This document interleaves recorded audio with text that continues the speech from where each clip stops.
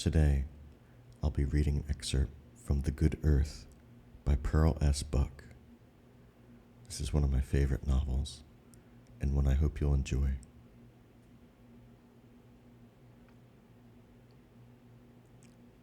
Now Wang Lung had more land than a man with an ox can plow and harvest, and more harvest than one man can garner. And so he built another small room to his house, and he bought an ass, and he said to his neighbor Ching, "Sell me the little parcel of land that you have, and leave your lonely house, and come into my house, and help me with my land." And Ching did this, and was glad to do it. The heavens rained in season then, and the young rice grew, and when the wheat was cut and harvested in heavy sheaves, the two men planted the young rice in the flooded fields. More rice than Wang Lung had ever planted, he planted this year, for the rains came in abundance of water, so that lands that were before dry were this year fit for rice. Then when this harvest came, he and Ching alone could not harvest it, so great it was, and Wang Lung hired 2 other men as laborers who lived in the village, and they harvested it. He remembered also the idle young lords of the fallen great house as he worked on the land he had bought from the house of Wang. And he bade his 2 sons sharply each morning to come into the fields with him, and he set them at what labor their small hands could do, guiding the ox and the ass, and making them, if they could accomplish no great labor, at least to know the heat of the sun on their bodies and the weariness of walking back and forth along the furrows. But Olan he would not to work in the fields, for he was no longer a poor man, but a man who could hire his labor done if he would, seeing that never had the land given forth such harvest as it had this year. He was compelled to build yet another room to the house, to store his harvests in, or they would not have had space to walk in the house. And he bought 3 pigs and a flock of fowls to feed on the grain spilled from the harvests. Then Olan worked in the house, and made new clothes for each one and new shoes, and she had made coverings of flowered cloth stuffed with warm new cotton for every bed, and when all was finished, they were rich in clothing and in bedding, as they had never been. Then she laid herself down upon her bed, and gave birth again, although still she would have no one with her. Even though she could hire whom she chose to be alone. This time she was long at labor, and when Wang Lung came home at evening, he found his father standing at the door and laughing and saying, "An egg with a double yolk this time." And when Wang Lung went into the inner room, there was Olan upon the bed, with 2 newborn children, a boy and a girl, as alike as 2 grains of rice. He laughed boisterously at what she had done, and then he thought of a merry thing to say. "So this is why you bore 2 jewels in your bosom." And he laughed again at what he had thought of to say. And Olan, seeing how merry he was, smiled her slow, painful smile. Wang Lung had, therefore, at this time no sorrow of any kind, unless it was this sorrow, that his eldest girl child neither spoke nor did those things which were right for her age, but only smiled her baby smile, still when she caught her father's glance. Whether it was the desperate first year of her life, or the starving, or what it was, month after month went past, and Wang Lung waited for the first words to come from her lips, even for his name, which the children called him, Dada, but no sound came, only the sweet, empty smile, and when he looked at her he groaned forth, "Little fool, my poor little fool." And in his heart he cried to himself, "If I had sold this poor mouse, and they found her thus, they would have killed her." And as if to make amends to the child, he made much of her, and took her into the field with him sometimes, and she followed him silently about, smiling when he spoke, and noticed her there. In these parts, where Wang Lung had lived all his life, and his father and his father's father had lived upon the land, there were famines once in 5 years or so, or if the gods were lenient, once in 7 or 8, or even 10 years. This was because the heavens rained too much, or not at all, or because the river to the north, because of rains and winter snows in distant mountains, came swelling into the fields, over the dikes, which had been built by men for centuries to confine it. Time after time, men fled from the land and came back to it, but Wang Lung set himself now to build his fortune so securely that through the bad years to come he need never leave this land again,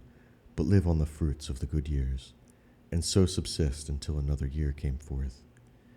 He set himself, and the gods helped him, and for 7 years there were harvests, and every year Wang Lung and his men threshed far more than could be eaten. He hired more laborers each year for his fields, until he had 6 men, and he built a new house behind his old one, a large room behind a court, and 2 small rooms on each side of the court beside the large room. The house he covered with tiles,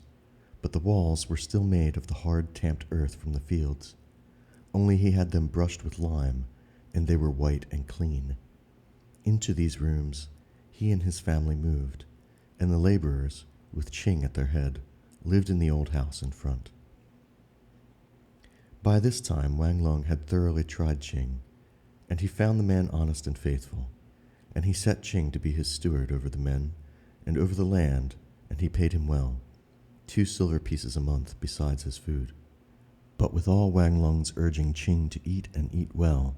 the man still put no flesh on his bones, remaining always a small, spare, lean man of great gravity. Nevertheless, he labored gladly, pottering silently from dawn until dusk, speaking in his feeble voice if there was anything to be said, but happiest and liking it best if there were nothing, and he could be silent. And hour after hour he lifted his hoe and let it fall, and at dawn and sunset he would carry to the fields the buckets of water or of manure to put upon the vegetable rows. But still Wang Lung knew that if any one of the laborers slept too long each day under the date trees, or ate more than his share of the bean curd in the common dish, or if any bade his wife or child come secretly at harvest time and snatch handfuls of the grain that was being beaten out under the flails, Ching would, at the end of the year when master and man feast together, after the harvest, whisper to Wang Lung, "Such an one and such an one do not ask back for the next year." And it seemed that the handful of peas and of seed which had passed between these 2 men made them brothers, except that Wang Lung, who was the younger, took the place of the elder, and Ching never wholly forgot that he was hired and lived in a house which belonged to another. By the end of the 5th year, Wang Lung worked little in his fields himself, having indeed to spend his whole time, so increased were his lands, upon the business and the marketing of his produce, and in directing his workmen. He was greatly hampered by his lack of book knowledge, and of the knowledge of the meaning of characters written upon a paper with a camel's hair brush and ink. Moreover, it was a shame to him, when he was in a grain shop where grain was bought and sold again, that when a contract was written for so much and for so much of wheat or rice, he must say humbly to the haughty dealers in the town, "Sir, and will you read it for me, for I am too stupid?" And it was a shame to him that when he must set his name to the contract another, even a paltry clerk lifted his eyebrows in scorn and, with his brush pointed on the wet ink block, brushed hastily the characters of Wang Lung's name. And greatest shame that when the man called out for a joke, "Is it the dragon character Lung, or the deaf character Lung, or what?" Wang Lung must answer humbly, "Let it be what you will, for I am too ignorant to know my own name." It was on such a day one harvest time, after he had heard the shout of laughter which went up from the clerks in the grain shop,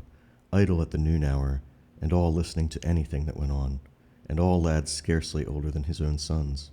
that he went home angrily over his own land, saying to himself, "Now not one of those town fools has a foot of land, and yet each feels he can laugh a goose cackle at me, because I cannot tell the meanings of brushstrokes over paper." And then, as his indignation wore away, he said in his heart, "It is true that this is a shame to me, that I cannot read and write. I will take my elder son from the fields, and he shall go to a school in the town, and he shall learn, and when I go into the grain markets, he will read and write for me, so that there may be an end of this hissing laughter against me, who am a landed man. This seemed to him well, and that very day he called to him his elder son, a straight, tall lad of 12 years now, looking like his mother for his wide face bones and his big hands and feet, but with his father's quickness of eye. And when the boy stood before him, Wang Lung said, "Come out of the fields from this day on, for I need a scholar in the family to read the contracts and to write my name, so that I shall not be ashamed in the town." The lad flushed a high dark red, and his eyes shone. "My father," he said, "so have I wished for these last 2 years that I might do, but I did not dare to ask it." Then the younger boy, when he heard of it, came in crying and complaining, a thing he was wont to do, for he was a wordy, noisy lad from the moment he spoke at all, always ready to cry out that his share was less than that of others. And now he whined forth to his father, "Well, and I shall not work in the fields either, and it is not fair that my brother can sit at leisure in a seat and learn something, and I must work like a hind, who am your son as well as he." Then Wang Lung could not bear his noise, and he would give him anything if he cried loudly enough for it, and he said hastily, "Well and well, go the both of you, and if heaven in its evil take one of you, there will be the other one with knowledge to do the business for me." Then he sent the mother of his sons into the town to buy cloth, to make a long robe for each lad, and he went himself to a paper and ink shop, and he bought paper and brushes and 2 ink blocks, although he knew nothing of such things, and being ashamed to say he did not, was dubious at everything the man brought forward to show him. But at last all was prepared and arrangements made to send the boys to a small school near the city gate, kept by an old man who had in past years gone up for government examinations and failed. In the central room of his house, therefore, he had set benches and tables, and for a small sum at each feast day in the year he taught boys in the classics, beating them with his large fan folded if they were idle, or if they could not repeat to him the pages over which they pored from dawn until sunset. Only in the warm days of spring and summer did the pupils have a respite, for then the old man nodded and slept after he had eaten at noon, and the dark small room was filled with the sound of his slumber. Then the lads whispered and played, and drew pictures to show each other of this naughty thing and that, and snickered to see a fly buzzing about the old man's hanging, open jaw, and laid wagers with each as to whether the fly would enter the cavern of his mouth or not. But when the old teacher opened his eyes suddenly, and there was no telling when he would open them as quickly and secretly as though he had not slept, he saw them before they were aware, and then laid about him with his fan, cracking this skull and that. And hearing the cracks of his stout fan and the cries of the pupils, the neighbors said,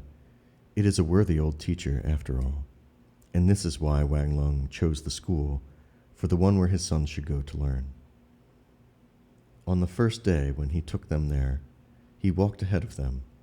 for it is not meet that father and son walk side by side. And he carried a blue kerchief filled with fresh eggs, and these eggs he gave to the old teacher when he arrived. And Wang Lung was awed by the old teacher's great brass spectacles, and by his long loose robe of black, and by his immense fan, which he held even in winter. And Wang Lung bowed before him and said, "Sir, here are my 2 worthless sons. If anything can be driven into their thick brass skulls, it is only by beating them. And therefore, if you wish to please me,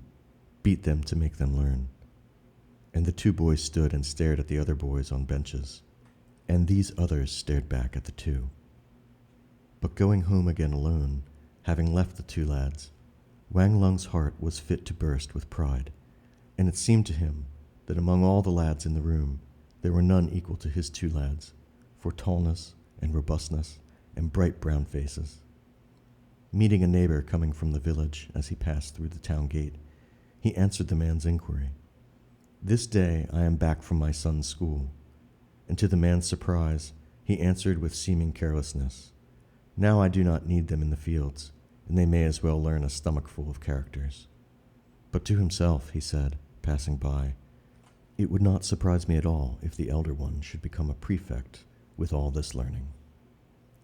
And from that time on, the boys were no longer called elder and younger, but they were given school names by the old teacher.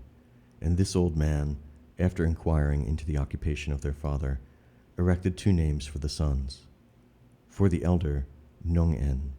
and for the second, Nung-wen. And the first word of each name signified one whose wealth is from the earth.